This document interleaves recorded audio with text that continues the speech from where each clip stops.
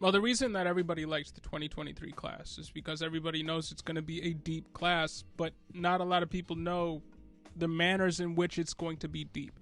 Everybody says, oh, the 2023 class is going to be great. It's not as good. It's way better than the 2022 class. We've heard that. But how so? Right. To me, the benefit of the 2023 class is the depth of high-end talent.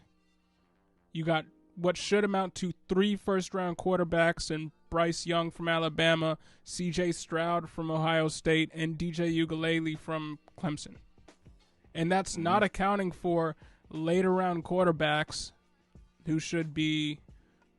we've seen quarterbacks jump up in rankings. Nobody was expecting Malik Willis to be QB1 in this draft class until he had a great Senior Bowl and combine, and then boom, he's quarterback 1 in this class from the fantasy perspective. So everybody hates Spencer Rattler. He could have a great season. Now he's back in the first round conversation. Anthony Richardson, sure. Florida Gators. Tyler Van Dyke, University of Miami. One of those guys, or somebody that I didn't even list, could have a great combine, great Senior Bowl, great year next year, and vault himself into first round territory. And the only quarterback that I see in 2022 with clear first round draft capital is Malik Willis. So already 2023, from a quarterback perspective, and this is important in Superflex, 2023 class, much better for the quarterbacks than the 2022 class.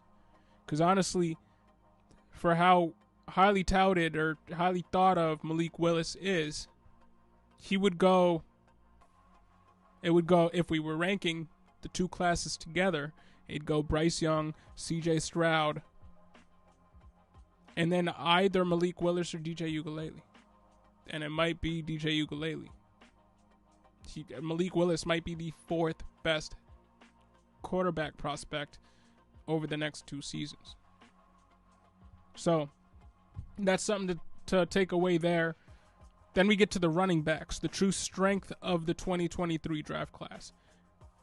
There are only 2 bona fide first-round draft capital, without question, running backs in the 2022 draft class.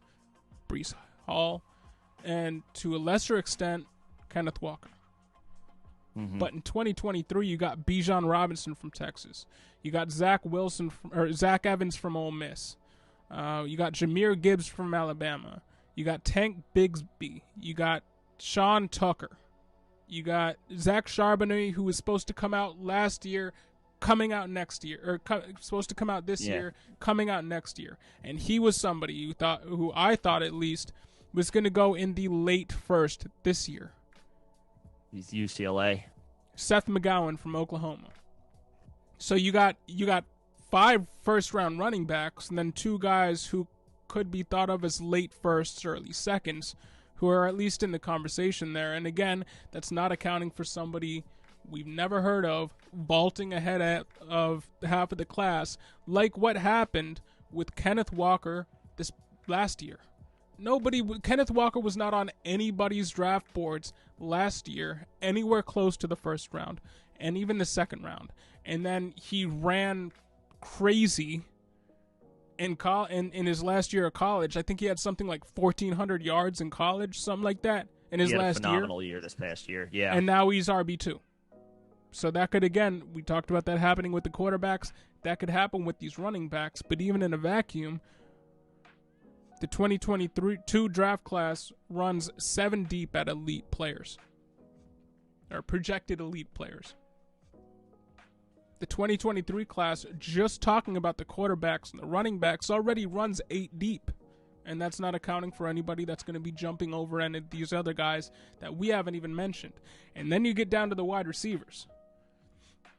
And you got Kayshon Boutte from LSU. Yeah. You got the best Ohio State wide receiver out of anybody that's been going to be drafted in the next 2 years in Jackson Smith-Njiba. Yeah. He's better than Jamison Williams. He's better than Chris Olave. Or at least he was last year. He was the best wide receiver for Ohio State. So I already put him and Keishon Butte over a lot of the people in this draft class that people are going crazy over.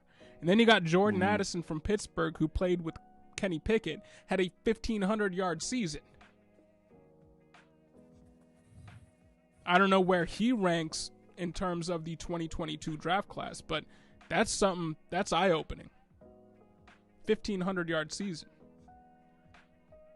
And then you got Rakeem Jarrett from Maryland, Jermaine Burton, who transferred to Alabama to play with Bryce Young this year, so he's going to explode on everybody's radar, where he doesn't quite have the resume that people expect, but he's going to by the end of this next season. Excuse me. So, even right now, that's 13 prospects deep in first-round talent. Mm-hmm. Without accounting for who could potentially be a riser.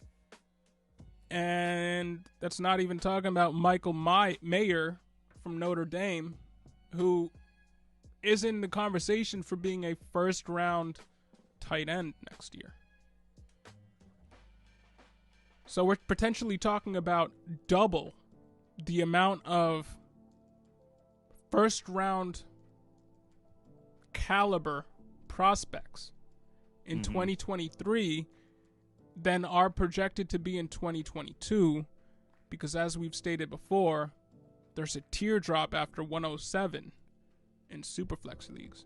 There's a teardrop after 106 in 1QB leagues in the 2022 class. The 2023 class, so much deeper. And for Superflex leagues, you got 3 first-round quarterbacks and 5 first-round running backs. It's I can see why everybody is trying to go out and trade for 2023 draft picks, but that digging into why illuminated that for me, and now I'm thinking, hey, if I have anything after the 107, I'm trying to trade that for a 2023 pick. I am. So those are my thoughts on the 2023 draft class.